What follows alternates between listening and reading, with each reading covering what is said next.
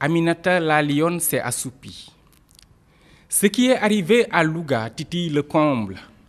Aminata Mbengue qui finit de capituler et de s'accrocher au basque de Moustapha Diop.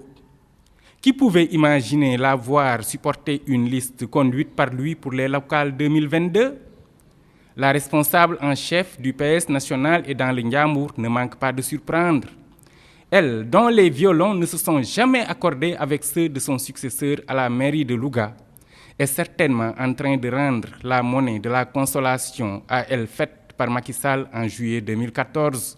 Souvenez-vous, battue par Moustapha Diop et devant pour cela perdre son poste de ministre comme en avait menacé le chef, elle survit miraculeusement à la disgrâce par la grâce et la bienveillance du président Sall. Mais depuis lors, en dépit du fait que ce dernier a fait d'elle la badiane de son personnel politique, son autorité dans le Benno a toujours souffert de l'indifférence, voire de la défiance du ministre et maire de Louga. Louga qui est impatiente d'entendre Aminata en cette fin 2021, non seulement sur l'inconsistant bilan de celui qu'elle veut porter à rempiler, mais surtout sur le traitement infligé par Moustapha Diop à l'héritage laissé relativement au projet Louga, ville du millénaire. Un élan brisé de bailleurs déjà engagés à hauteur de 19 milliards de nos francs. Quel désastre pour Louga. Tunéisme, quand tu nous tiens. Mais le plus dur, c'est quand des considérations que personne ne saurait soutenir viennent expliquer la non-continuité du service. Pourquoi alors des socialistes de Louga, ayant subi et enduré le mépris de leur bourreau plus d'un mandat durant, arrivent aujourd'hui à se livrer comme ça avec si trop peu de consistance? La vérité est que la lionne du Ndiambour a perdu de son mordant. Elle qui, le 20 décembre 2006, devant le tribunal de Louga en train d'être inauguré, orchestra la vague rouge qui fit disjoncter Ablaye Wade sans mêlant les pinceaux. Bu ngeen bëggee ma defar dëkk bi jox leen ma mairie bi, lançait-il furieux aux populations de Louga, oubliant ou presque que la mairie était tenue par un de ses hommes, Maniang Faye.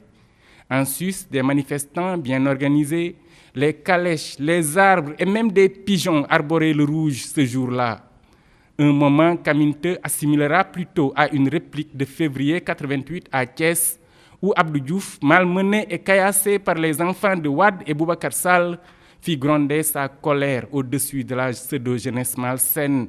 Si la responsable nationale du Parti socialiste se contente maintenant de passer tout ce capital par perte et profit, c'est aussi parce que Louga a cessé d'être ce vivier ardent du Parti socialiste.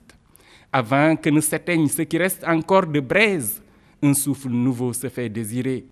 Même si d'Aminata, qui a fait son temps, on ne peut attendre quelques candidatures, le drame est qu'elle ne fait rien pour mettre sur orbite les autres responsables, cadres et militants du parti qui pouvaient gagner à préserver leur âme en se remettant tout simplement sur le chemin de la marche pour la reconquête du terrain perdu.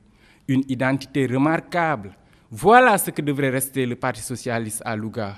Mais c'est encore bien dommage qu'au nom de la seule préservation des intérêts particuliers, on en arrive à ravaler ses vomissures. Même si le fait de faire retrouver à la politique son sens perdu, le PS n'en a cure. Il doit garder à l'esprit que Louga n'est pas de ces villes où le parti de Senghor et Diouf peut se permettre de courber l'échine, fût-il au nom de Benno Bokk Yakaar.